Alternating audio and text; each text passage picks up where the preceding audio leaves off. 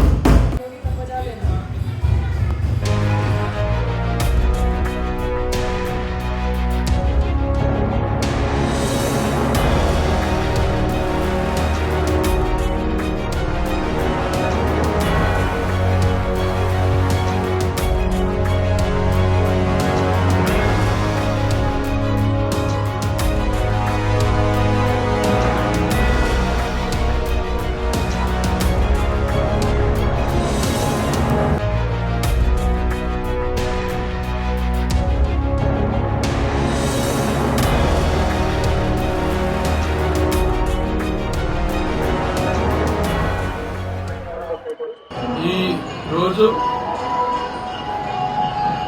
తిరుపతిలోని తిరుమల దేవస్థానానికి పై భాగంలో ఉండేటువంటి ఆతిరాం బావాజీ మఠాన్ని నేను కుటుంబ సమేతంగా మరియు మా బావ నరేష్ గారు మిత్రులు భిక్షపతి మేమంతా కుటుంబ సమేతంగా ఇవాళ దర్శించుకున్నాం. అదృష్టంగా భావిస్తా ఉన్నాను. నేను గతం నుంచే ఆతిరాం బావా ప్రాచుర్యంలో లేదు.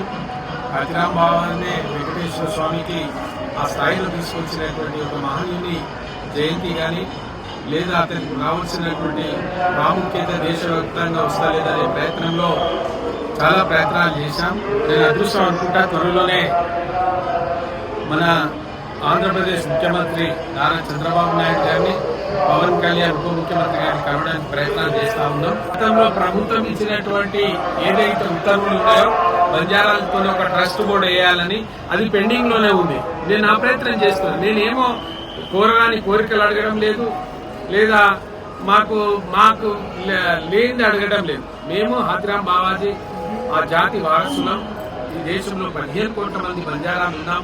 మమ్మల్ని కనీసం గుర్తించమని అడుగుతున్నాం. మోడీ గారు స్వయంగా 2024లో వారే యావత్మాల్లో జరిగినటువంటి సభలో ఆతిరాం బావాజీ, సేవలాల్ మహారాజ్, లక్కీసా బంజారాల ఆధ్యాత్మిక గురువు వీరులని పొగిడినటువంటి చరిత్ర మాకుంది. మరి ఎందుకు ఇది తాచారమైంది?